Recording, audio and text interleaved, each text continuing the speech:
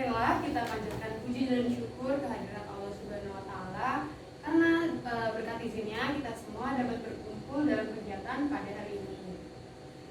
Saya juga ingin mengucapkan terima kasih banyak kepada teman-teman semua.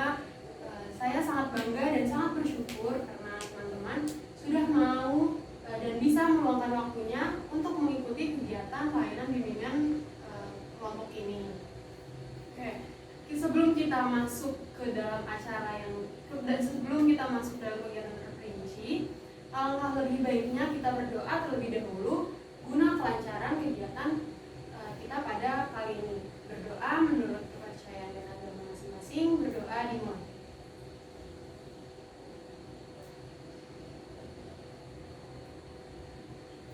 Berdoa selesai. Baik, apakah teman-teman di sini sudah pernah ada yang melakukan kegiatan bimbingan kelompok? Belum. Oke, belum ya? Nah, Ibu akan menjelaskan sedikit nih mengenai apa sih bimbingan kelompok itu ya. Bimbingan kelompok adalah kegiatan yang dilakukan secara berkelompok dengan memanfaatkan dinamika kelompok. Nah, biasanya terdiri dari 8 hingga 15 orang. Kemudian, apa sih tujuan kita melakukan bimbingan kelompok ini? Nah, tujuannya itu ada banyak ya. Yang pertama, kita akan membahas permasalahan atau topik-topik yang bersifat itu akan bermanfaat bagi kehidupan kita sehari-hari. Kemudian yang kedua, tujuan dari melakukan bimbingan kelompok ini adalah untuk melatih kita, untuk melatih kemampuan berbicara kita di depan orang lain, di depan banyak orang. Kemudian selanjutnya adalah untuk melatih kemampuan kita untuk menyampaikan pendapat, menyampaikan ide atau gagasan, menyampaikan saran, dan menyampaikan perasaan apa sih yang lagi kita rasakan seperti itu. Kemudian manfaat selanjutnya, tujuan selanjutnya adalah untuk lebih menghargai pendapat dari orang lain. Nah, sampai sini ada yang mau ditanyakan? Tidak. Oke, kalau nggak ada, saya lanjut ke pembahasan selanjutnya ya. Nah, selanjutnya itu ada tata cara melakukan bimbingan kelompok. Nah, yang pertama adalah nanti kalian sebagai anggota kelompok secara bebas boleh menyampaikan pendapatnya, menyampaikan ide, menyampaikan gagasan, menyampaikan perasaan apa yang sedang dirasakan. Kemudian nanti ketika temannya sedang menyampaikan pendapatnya, teman-teman yang lain dimohon untuk mendengarkan secara baik apa yang disampaikan teman-temannya. Kemudian tata cara yang berikutnya adalah sebelum teman-teman akan menyampaikan apa yang disampaikan, dimohon teman-teman untuk mengangkat tangan terlebih dahulu ya. Ya, iya. Nah, nanti setelah saya mengizinkan untuk berbicara, maka boleh dilanjutkan untuk menyampaikan pendapatnya seperti itu. Sampai sini ada yang mau ditanyakan? Tidak ada. Paham? Paham. Alhamdulillah. Dalam ketika teman-teman nanti menyampaikan pendapat, menyampaikan apa yang sedang dirasakan, nah teman-teman ini nggak usah khawatir akan kerahasiaan, akan terjaminnya kerahasiaan perasaan teman-teman semua, karena dalam bimbingan konseling ada yang namanya asas kerahasiaan, di mana apa yang disampaikan dalam kegiatan ini hanya kita saja yang dapat mengetahuinya, tidak dibocorkan keluar dari anggota kelompok ini ya. Ya. Paham? Paham. Nah, kemudian ada asas kesukarelaan. Ibu mau tanya, kalian datang ke sini untuk mengikuti kegiatan bimbingan kelompok karena ada paksaan dari orang lain atau keinginan diri sendiri? Keinginan diri sendiri. Oke, baik. Kalau keinginan diri sendiri, alhamdulillah. Berarti asas ini sudah berjalan dengan baik. Artinya kalian sudah mengetahui manfaat dari bimbingan kelompok tersebut. Kemudian ada asas yang ketiga, yaitu asas kenormatifan, di mana dalam kita melakukan bimbingan konseling kali ini itu sesuai dengan norma-norma yang ada. Kemudian ada asas terakhir, itu asas keterbukaan. Saya minta ketika nanti teman-teman menyampaikan pendapatnya, itu teman-teman terbuka, teman-teman jujur, memang itu yang teman-teman rasakan, dan juga teman-teman diharapkan terbuka untuk menerima pendapat atau saran dari teman-temannya yang lain. Sampai sini paham? Oke, alhamdulillah. Oke, baik. Ada pepatah mengatakan tak kenal maka tak sayang. Berarti kalau mau sayang harus Kenal. Nah, di sini udah pada saling mengenal satu sama lain atau belum? Belum, boleh. Oke, sekarang ibu mau minta tolong kalian untuk memperkenalkan diri dan menyebutkan makanan favoritnya. Mulai dari ibu, boleh. Nah, nama saya Ibu Putri. Makanan favorit saya adalah nasi goreng. Selanjutnya siapa yang mau memperkenalkan dirinya? Boleh? Boleh, silakan. Perkenalkan, nama saya Sri Rizal, biasa dipanggil Rizal. Makanan favorit mie ayam. Oke, di sini ada Rizal dengan makanan favoritnya mie ayam. Selanjutnya silakan siapa yang mau memperkenalkan diri? Silakan, boleh. Perkenalkan, nama saya Ahmad Maulana, biasa dipanggil Maul. Makanan favorit saya seblak. Oke, mau dengan makanan favoritnya seblak. Selanjutnya siapa yang mau memperkenalkan diri? Aku Bu. Boleh. Ya, nama aku Vina. Makanan favorit aku bakso ya. Oke, Mina, makanan favoritnya bakso. Siapa lagi? Ya, silakan. Nama saya Randy, makanan favorit saya mie ayam bakso. Mie ayam bakso. Tadi ada Rizal, makanan favoritnya mie ayam. Kemudian ada makanan favoritnya seblak. Vina, makanan favoritnya bakso. Dan Ini dua-duanya. ya, mie ayam bakso. Selanjutnya siapa yang mau memperkenalkan dirinya? Boleh, silakan. Perkenalkan, nama saya Dimas. Makanan favorit saya ayam sambal hijau. Ayam sambal hijau, mantap. Selanjutnya siapa yang mau memperkenalkan diri? Silakan. Perkenalkan, nama saya Salsa. Makanan favorit saya nasi padang. Nasi padang. Selanjutnya yang terakhir. Boleh? Perkenalkan, nama saya Febrian, biasa dipanggil Febri. Makanan favorit saya batagor. Batagor. Oke. Nah, tadi kan teman-teman sudah memperkenalkan dirinya masing-masing. Nah, selanjutnya ibu ada permainan. Namanya itu adalah sambung nama.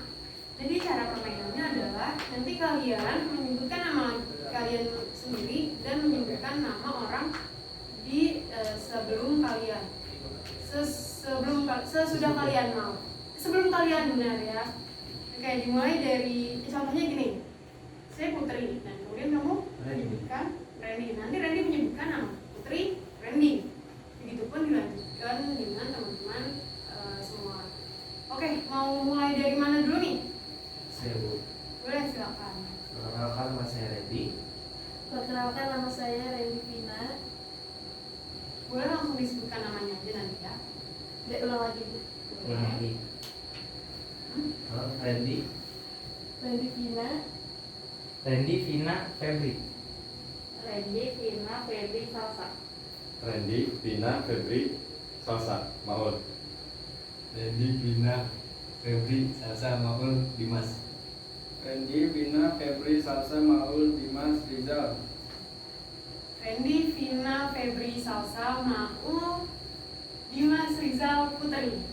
Udah, mainannya cukup masuk pelajar. Kemudian yang kedua, gimana nih? Udah mulai relax belum teman-teman? Ya, alhamdulillah sih dari tadi udah relax. Sudah relax ya? Nah, tapi sebelum kita masuk kegiatan inti kita, masuk ke pembahasan, ada satu permainan lagi. Ini juga untuk melatih konsentrasi teman-teman. Nah, cara permainannya adalah, nah tadi kan teman-teman sudah menyebutkan makanan favorit ya? Nah, ketika saya menyebutkan konsentrasi, nah saya akan menyebutkan satu pertanyaan terkait dengan makanan favorit kalian. Paham? Paham. Oke. Mulai ya. Konsentrasi. Apa makanan favorit Salsa? Nasi Padang. Nasi Padang. Nasi Padang, betul. Yeay. Lagi, konsentrasi. Siapa yang makan favoritnya bakso? Vina. Yeay, Mina. Lagi, konsentrasi. Siapa yang makanan favoritnya sambal hijau? Dimas. Oh, Dimas. Kelihatannya nih teman-teman semua sudah mulai relax, sudah mulai menikmati kegiatan ini ya. Oke. Selanjutnya sudah bimbingan konseling kita kali ini? Sudah Bu. Paham ya, berarti sudah mengetahui juga manfaat dan atau tujuan kita melakukan konseling ini. Tahu Bu. Oke, terima kasih teman-teman semua. Baik, pada kali ini kita akan melakukan bimbingan konseling kelompok dengan topik tugas. Di mana topik tugas itu nanti saya yang akan memilih topik atau pembahasan yang akan kita bahas dalam kegiatan kita. Hari ini saya akan membahas mengenai insecure. Ketika teman-teman semua mendengar kata insecure, apa sih yang teman-teman pikirkan? Tidak percaya diri, Bu. Oke, terima kasih jawabannya. Tapi tadi kita sudah menyebutkan peraturannya dalam kegiatan kita kali ini. Ketika hendak menyampaikan pendapat, apa yang harus dilakukan? Angkat tangan. Betul, angkat tangan. Salsa boleh minta tolong diangkat tangan terlebih dahulu. Iya, Ibu. Terima kasih, maaf. Ya. Oke. Siapa lagi yang ingin menyampaikan pendapatnya ketika apa sih yang kalian ketahui tentang insecure? Tadi menurut Salsa, insecure adalah tidak percaya diri.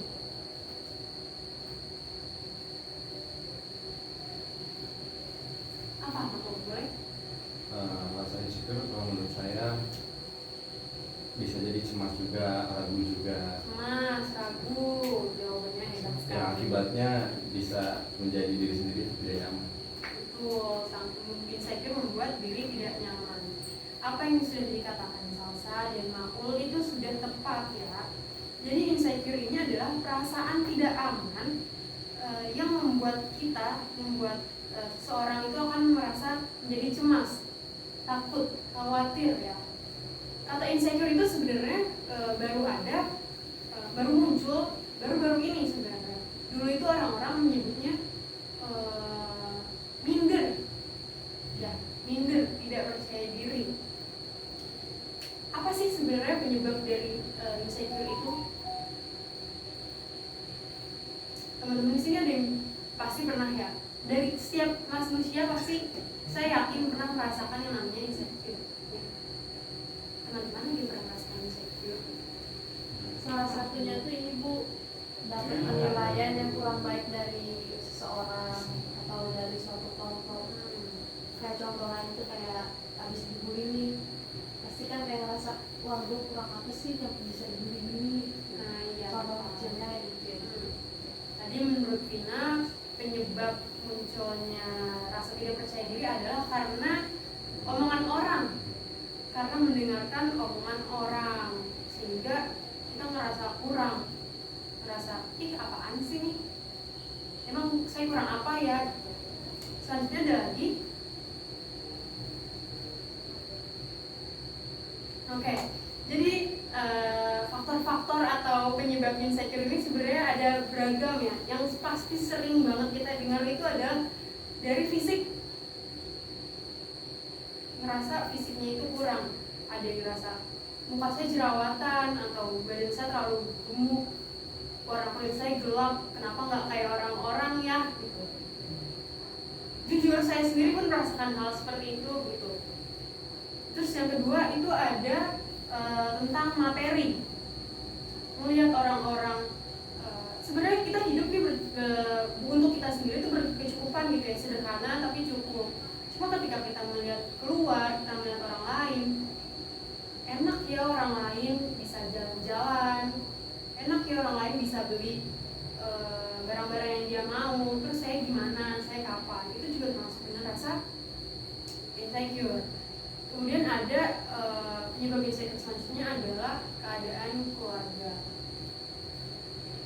Agak sensitif memang membahas keadaan atau permasalahan keluarga ketika kita melihat keluarga di sana, keluarga di luar sana tuh terlihat harmonis.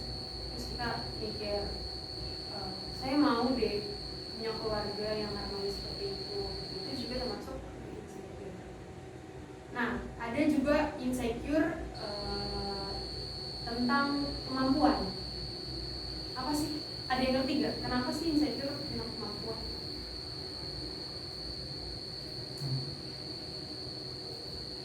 Maksudnya adalah insecure tentang kemampuan ini ketika kita melihat kemampuan orang lain lebih hebat daripada kita.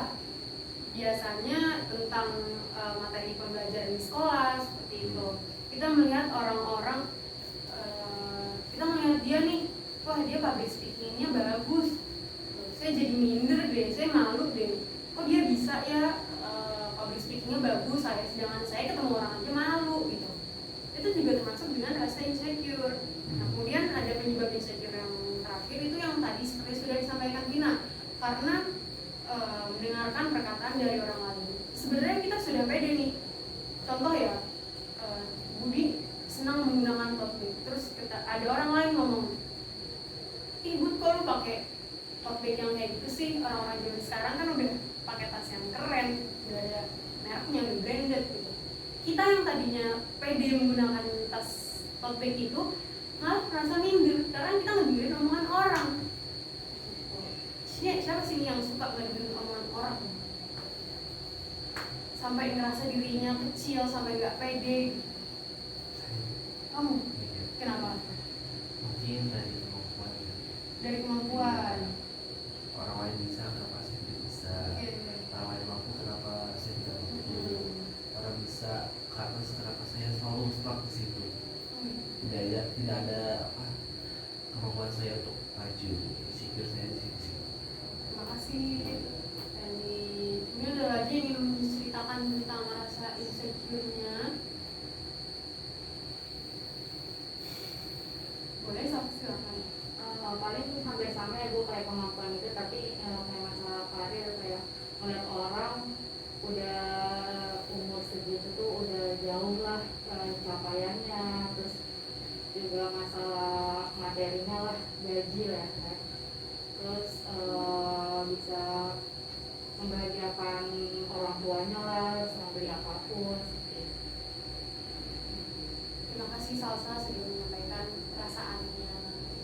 Kemudian apakah ada lagi yang ingin menceritakan tentang rasa insecure-nya? Oke, kalau nggak ada, ibu lanjut. Nah, apa sih yang terjadi kalau kita terlalu sering merasa insecure? Minder pastinya. Pasti ya, pasti merasa Terus, insecure. kayak apa ya Bu ya, kayak nggak percaya sama diri sendiri gitu, mau ngelakuin sesuatu, kayak mikir pendapat orang gimana ya, jadi kita tuh penilaian buat diri kita tuh tergantung orang gitu. Bisa jadi gitu ya. Hebat sekali jawabannya, boleh tepuk tangan sekali. Seperti yang disampaikan Tina, karena kalau kita kebanyakan insecure itu kita merasa mengurung diri, kita selalu merasa kurang. Kita jadi selalu ngedengerin omongan orang lain.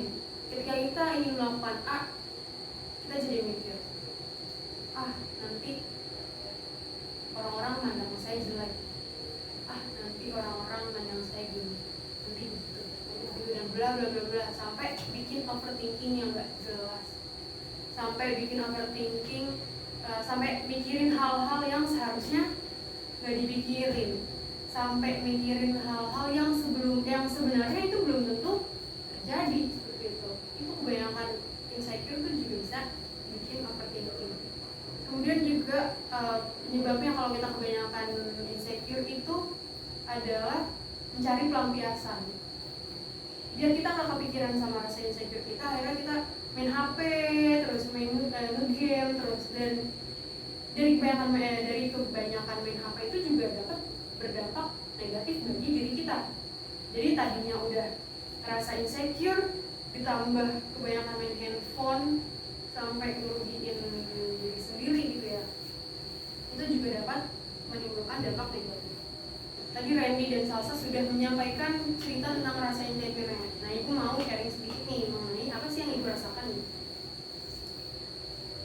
Jujur, ibu sendiri merasakan insecure tentang fisik terutama. Ibu merasa berat badan yang kurang ideal dengan tinggi badan. Awal-awalnya malu pasti ya. Kalau dikatain orang, kurus banget, gak pernah makan ya, atau kayak tengkorak jalan deh lu gitu. Siapa sih yang gak sakit hati dia katanya gitu kan. Cuma setelah saya mikir, setelah saya belajar tentang rasa insecure ini, sebenarnya gak selalu buruk. Kenapa gak selalu buruk? Saya punya teman, setiap makan sama dia pasti ngomong, makan banyak tapi nggak gemuk. Terus ada juga yang ngomong kayak enak ya jadi lu gitu, makan apa aja bisa. Kalau gue minum air putih aja bisa jadi daging katanya gitu. Dari situ saya mikir ternyata ada ya yang mau jadi kayak saya gitu. Banyak yang mau jadi kayak saya. Dari situ saya mikir sih kayaknya punya badan kecil nggak semenyeramkan itu. Kadang kita ngerasa kayak pasti sering denger lah yang kurus mau jadi gemuk, tapi yang gemuk maunya jadi kurus. Yang rambutnya lurus mau dikeritingin bener. Nah yang udah punya rambut keriting malah pengen dilurusin. Ada juga orang yang matanya normal, matanya sehat, tapi dia mau pakai kacamata cuma biar kelihatan keren. Sedangkan kita yang pakai kacamata aja, nih saya yang pakai kacamata aja mau ngelihat normal gitu biar lepas kacamata. Jadi gimana cara kita untuk menikmati hidup aja sih? Gimana cara kita bersyukur? Hari ini udah bersyukur belum kalian? Alhamdulillah. Alhamdulillah. Kalau belum, tadi saya mengajak untuk mengucap alhamdulillah bareng-bareng. Kalau sudah bersyukur berarti sudah bagus ya teman-teman ya. Oke. Ketika sudah merasakan insecure, ada solusinya. Gimana sih cara kita agar gak merasa insecure terus gitu ya? Tanpa kalian sadar gak dari awal saya menjelaskan atau dari pendapat teman-teman sekalian bahwa insecure ini kata kuncinya adalah membandingkan diri. Karena kita kebanyakan melihat ke atas, kita kebanyakan melihat orang-orang yang hidupnya lebih baik daripada kita. Padahal kalau kalian masih ngerasa insecure, ayo saya ajak keluar. Kita lihat dunia yang besar banget dan kitanya yang gak seberapa ini.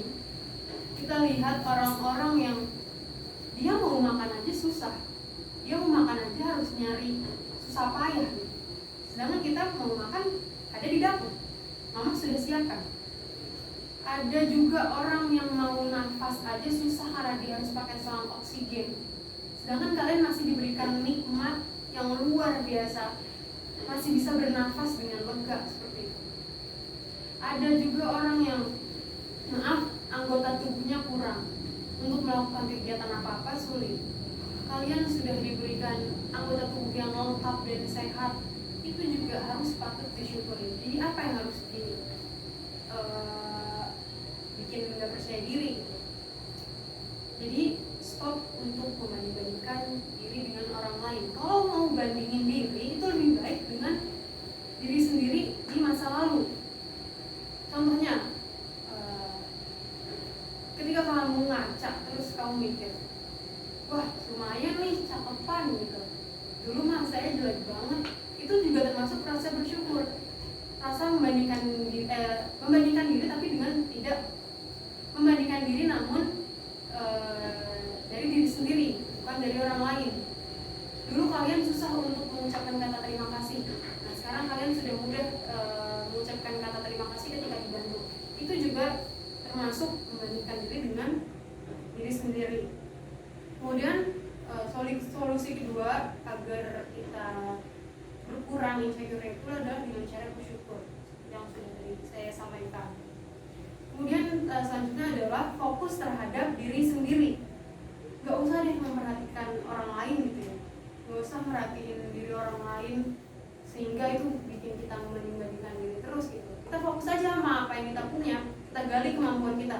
Seperti tadi misalnya kita ngeliat orang public speakingnya bagus. Gimana nih cara kita biar public speakingnya bagus?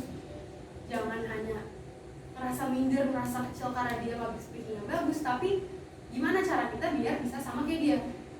Kita fokusin diri kita gali kemampuan kita. Oke, seandainya kita nggak jago dalam public speaking, apa nih kira-kira yang kita jago?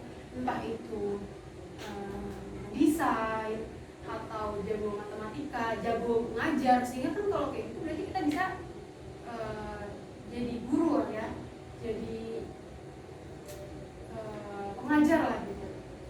Kemudian juga terima dan sayangi dirimu sendiri. Ini yang sudah saya terapkan ke diri saya sendiri dengan mencintai diri sendiri. Tuhan sudah menciptakan tubuh saya seperti ini dengan khusus, berarti saya juga harus menjaga dan menyayangi tubuh saya. Oke, saya nggak bisa gemuk, tapi saya bisa makan makanan yang sehat agar tubuh saya terjaga. Seperti itu contohnya. Nah, kemudian solusi selanjutnya adalah memfilter perkataan orang lain. Kita sebagai manusia nggak bisa mengontrol perkataan, nggak bisa mengontrol perbuatan orang lain. Tapi kita bisa memfilter bagaimana respon kita terhadap perkataan atau perbuatan orang lain. Yang sekiranya negatif mah nggak usah diambilin, kita ambil aja yang positifnya. Seperti itu. Sama sini ada yang mau berpendapat, ada yang mau boleh menyampaikan setuju atau tidak, ataupun menyampaikan bu saya nggak setuju, harusnya insecure tuh gini atau gimana? Boleh teman-teman. Dari tadi ibu ngomong harus bersyukur, harus percaya diri, jangan insecure. Gak gampang bu. Sebenarnya emang gak mudah sih, saya tahu. Gak gampang untuk ngerasa gak insecure gitu ya. Tapi tetap aja kita harus berusaha biar mengontrol, seenggaknya kita mengontrol rasa insecure tersebut. Terus ada lagi yang berpendapat bahwa saya udah bersyukur bu, tapi tetap aja kadang insecure. Berarti belum bersyukur kalau kayak gitu. Kalau kalian sudah bersyukur ya berarti kalian sudah menerima sepenuhnya diri kalian seperti itu. Kalau kalian sudah bersyukur tapi masih bilang insecure, berarti belum sepenuhnya bersyukur. Lebih baik bersyukur daripada insecure. Seperti yang sudah saya sampaikan di awal bahwa rasa insecure ini sebenarnya wajar.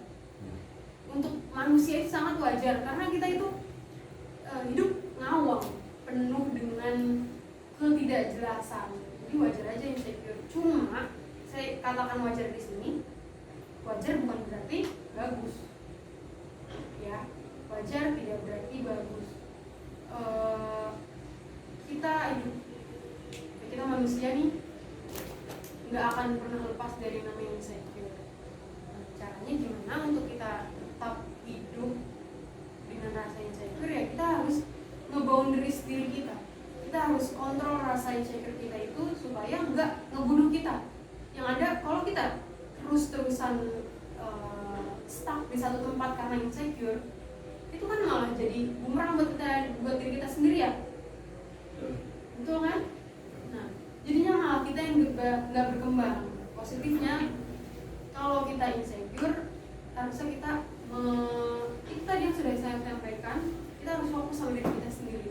Apa sih yang kurang? Apa sih yang harus diperbaiki? Biar kita nggak stuck di satu titik itu. Sampai sini ada pertanyaan?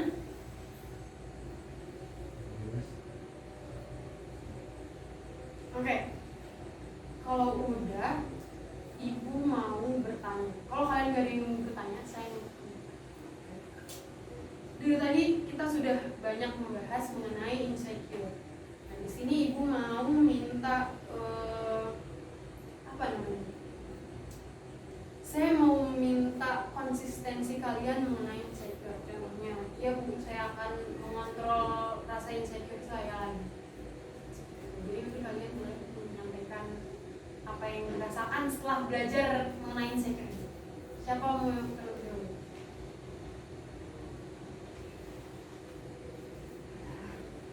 Boleh, satu silakan. Sebelumnya jadi setelah saya mengikuti kegiatan ini di bidang kelompok ini, jadi saya tahu insecure itu hal yang wajar, hal yang harus kita harus kita jauhi, pokoknya kita bentengin. Dari pelajaran buku ini kita jadi tahu ya kalau insecure kan setiap orang pasti memiliki insecure masing-masing ya, dari mulai dari perkataan orang atau dari fisik contohnya seperti itu ya. Kita mah jadi biar lebih bersyukur aja ya, solusi dari buku cerita tadi sendiri kayak gitu. Sama jangan lihat orang yang high mulu deh gitu, lihat juga orang-orang yang kayak misalnya di luar sana gimana nih bisa bersyukurnya. Kita harus contoh mereka juga gitu. Jangan yang dilihat tuh cuma yang bagus-bagusnya aja nih orang, kayak ini orang kaya nih, gua nggak kaya gitu, gua insecure gitu. Jangan dilihat dari situ aja. Bagus Vina, terima kasih. Iya, Selanjutnya siapa yang ingin menyampaikan perasaannya dari pesan-pesannya? Saya Bu. Boleh silakan. Saya dari awal sampai sekarang dari insecure sih bisa tahu sih bahwa kemampuan setiap orang itu berbeda ya. Oh. Jadi apa ketika kita tidak bisa apa yang mereka bisa itu mungkin bukan suatu keterbatasan, cuman kita ada fungsi lain di diri yang lain gitu. Iya, betul. Nggak di situ doang kesak kita, mungkin kita bisa merambah ke yang lain. Misal dalam apa ya, dalam kemampuan berbisnis kan bisa jadi insecure. Misal nih, kok bisnis dia laku, kok gue enggak, mungkin jalannya kita bukan di bisnis, mungkin di peluang lain seperti itu sih dia saya tangkap sih. Intinya itu punya porsi masing-masing di diri sendiri. Iya betul, seperti yang sudah Randy katakan bahwa kita ini hidup sudah memiliki porsinya masing-masing. Jadi ya udah kurang-kurangin deh insecure. Lebih baik Bersyukur. Bersyukur. Terima kasih Randy jawabannya buat sekarang. Selanjutnya siapa yang ingin menyampaikan pendapat, menyampaikan perasaannya, menyampaikan pesan dan kesannya setelah mengikuti kegiatan kali ini? Silakan Maul. Baik, terima kasih Ibu Putri telah memberikan waktunya untuk berpendapat. Berbicara masalah insecure, yang mana artinya itu tidak percaya diri. Saya juga pernah merasakan tidak percaya diri. Dari apa? Dari kemampuan saya, dari skill saya. Yang misalkan teman saya Randy, dia itu jago lu main bolanya misalkan. Berbicara masalah olahraga. Terus saya kan kadang kalau main bola itu kayak gimana yuk? Gak bisa gitu. Melihat Randy yang jago main bola, ya jadi saya kalau mau ikutan malu gitu karena saya nggak bisa. Jadi tidak diri yang minder. Padahal kan kalau kita mau belajar, insya Allah pasti bisa lah. Dan juga penting buat kita rasa syukur itu benar. Jadi gak boleh insecure, harus bersyukur. Harus bersyukur ya. Bersyukur.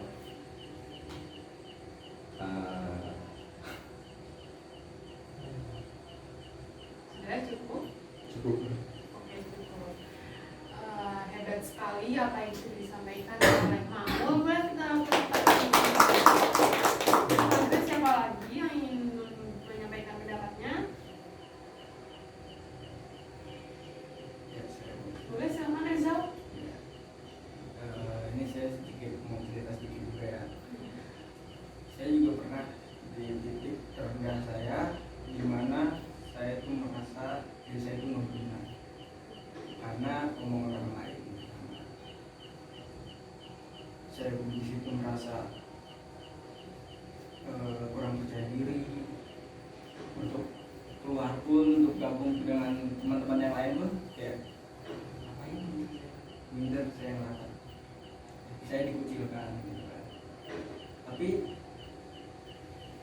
di situ saya ngambil dari sisi positif. Sisi positifnya itu apa yang mereka omongin ke saya, apa yang mereka omongin ke saya saring, saya pelajarin.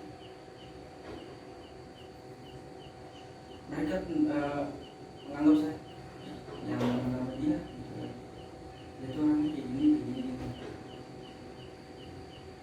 Nah, gimana caranya saya supaya mendekatkan ke dia gitu. Dengan cara ya ayo gabung, mau dia orang kata apa, dia orang kata, saya situ mulai menutup kuping saya lah untuk dengar kata, tapi saya di situ menyaring juga. Dari situ saya langsung belajar, saya berkembang lagi. Oh iya, kalau saya ngikutin kemaluan saya, ibaratnya ikutin rasa malu gitulah, ikutin rasa malu saya nggak akan maju. Mau sampai kapan saya harus diam menyendiri. Mulai dari situ saya tuh percaya diri,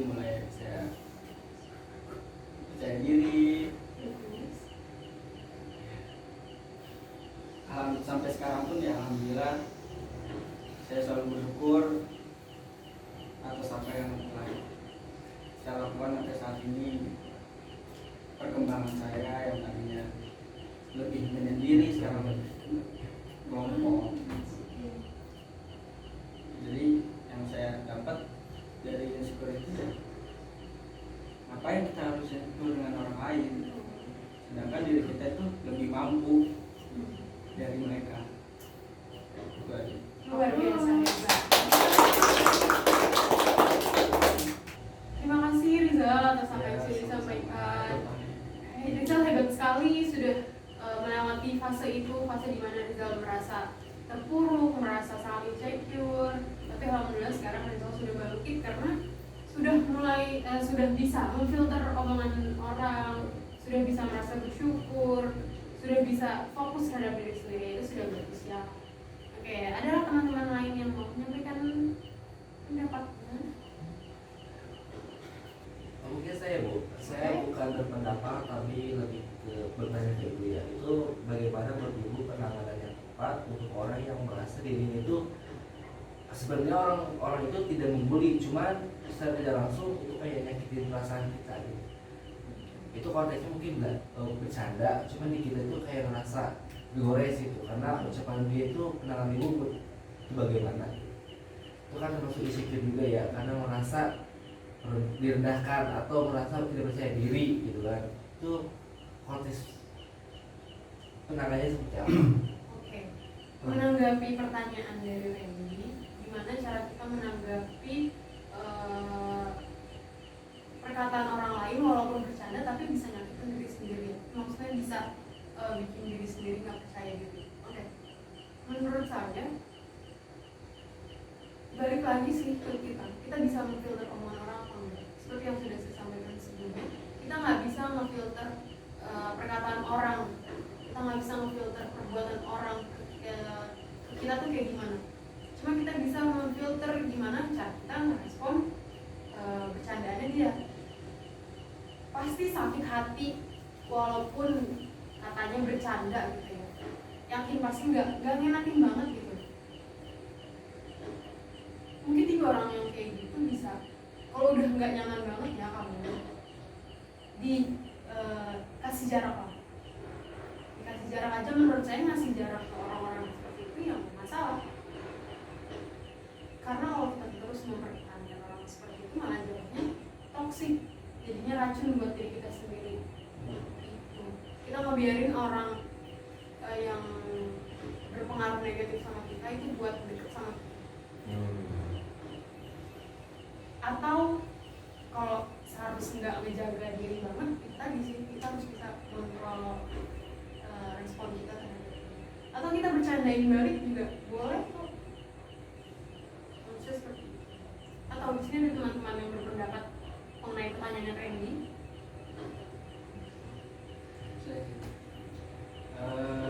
Kalau untuk kata-kata Ibu Putri ya tadi, untuk menjauhkan, sebenarnya sih untuk saya sih nggak ini juga gitu, nggak masuk akal, maksudnya kayak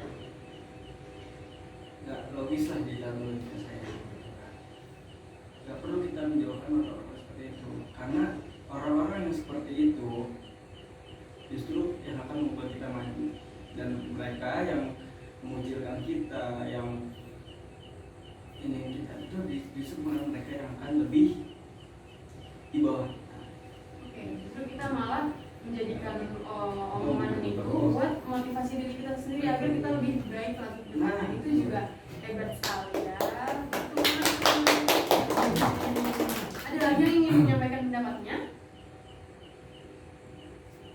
Silakan, Febri. Saya ingin bertanya tentang pendapat ibu nih. Jadi misal saya melihat banyak teman saya di sosial media tuh dengan mudahnya dia bisa dapat banyak pasangan atau nggak dapat pasangan lah. Misal melihat apa kayak di sosmed cantik nih, tiba-tiba jadi, tiba-tiba ya gitulah banyak. Nah saya ngeliat kayak gitu, saya bertanya tuh kenapa saya nggak bisa kayak gitu ya. Nah sedangkan kalau pas saya dapat pasangan, tapi kenapa saya ngerasa kok pasangan saya gini doang ya, saya cuma bisa kayak gini ya, harusnya saya bisa lebih. Nah itu selalu ada tuh Bu, di diri saya. Nah, itu gimana menurut Ibu? Jadi pertanyaannya adalah kenapa orang-orang pacarannya bisa segampang itu nyari pasangan? Di sini teman-teman ada yang menanggapi gak terkait pertanyaan atau pernyataan dari teman kita Febri? Merespon pertanyaan dari teman kita Febri, kenapa sih orang-orang itu dapat pacaran gampang? Jujur, saya sendiri pun susah gitu ya untuk mendapatkan pasangan yang menurut saya ideal. Mungkin Febri di sini ngerasain sebenarnya dekat sama beberapa lawan jenis, tapi ngerasa kurang cocok. Ya. Nah, kalau merasa kurang cocok atau ketika sudah pacaran tapi ngerasa kok gini-gini aja, coba deh terapin love language. Jadi kalian harus saling mengetahui bahasa cinta dari diri masing-masing, dari pasangan kalian. Kan love language itu ada 5 ya. Ada physical touch dari sentuhan, ada receiving gift, memberi hadiah, ada word of affirmation dengan kata-kata, ada juga quality time, itu bagi orang berdua, sama act of service, yaitu perlakuan kecil lah, atau dari actionnya, cara kita memperlakukan pasangan kita. Mungkin bisa memperhatikan itu dulu sih. Jadi kamu harus tahu dulu love language kamu apa, love language kamu yang kamu butuhin itu apa. Menurut saya itu sih yang bikin gampang kamu bertemu. Untuk bertemunya ya saya juga kurang paham gitu, gimana caranya biar kita bisa tahu pasangan kita gitu, biar pacaran. Tapi ketika kamu sudah menemukan, wah kira-kira kayaknya dia nih yang bakal jadi pasangan saya, kamu terapin love language. Saya yakin kamu bisa. Menurut Ibu komunikasi itu penting gak sih? Penting dong. Dalam artian tuh kayak kenapa kita bisa dapet pasangan lebih cepat? Mungkin karena komunikasinya nyambung. Itu bener gak sih nyambung? Karena satu frekuensi, mungkin satu pemikiran. Akhirnya apa? Akhirnya benar-benar ngobrol deket gitu. Nah, benar juga apa yang dikatakan Febri ketika kita sedang ingin apa yang disampaikan Randy, komunikasi ya pertama. Kalau kita mau kenalan sama orang ya pasti kan kita ada komunikasi dulu nih. Kita ada penilaian pertama kita ke dia itu gimana. Nah, itu menurut saya penting. Gimana orang itu memperlakukan kita saat pertama kali bertemu atau saat pertama kali kenal, begitupun pasangan kalian ke kalian. Komunikasi, kalau kalian ngobrolnya nyambung ya mungkin akan ada kecocokan dari siapa lagi yang ingin menambahkan terkait pertemuan kita pada hari ini? Boleh, silakan. Assalamualaikum warahmatullahi wabarakatuh. Waalaikumsalam warahmatullahi wabarakatuh. Baik teman-teman, saya mau menceritakan sedikit pengalaman insecure saya di dalam pekerjaan. Dulu kan saya kerja di rumah, di toko. Pertama masuk toko masih biasa, nggak tahu apa. Terus sesuai job desk-nya ngajarin ini. Nah, habis itu disuruh naik jadi penggasip. Disuruh naik jadi penggasip itu sama sekali tidak diajarin tentang tata cara penggasip. Suatu hari ada kejadian yang tidak ingin di dalam hidup saya. Itu ada kejadian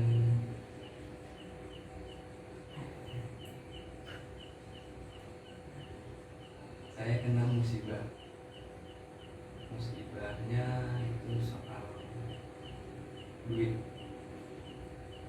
Nah, di saat itu saya merasa apa ini terjadi dalam hidup saya. Dari situ saya dipindahin kerjaan saya. Awal mula dari toko pindah ke gudang. Awal mula masuk gudang, saya belum tahu apa-apa, harus gimana. Terus saya sering dibully, dikatain karena saya sering melamar gara-gara masalah yang saya di toko. Nah itu saya sering dibully sampai kadang saya dinyamakan. Dan terus saya sering curhat sama keluarga saya. Oh ya, dia ngasih masukan motivasi, kamu harus ini, kamu harus ini. Saya ikutin motivasi di keluarga. Saya cari satu persatu sifat-sifat teman-teman kerja, rekan-rekan kerja saya yang sering bully.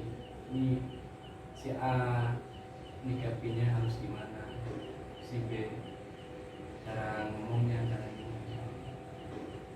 Terus nyampe sekarang bisa jadi akrab, bisa saling bergaul, kadang suka ledek-ledekan.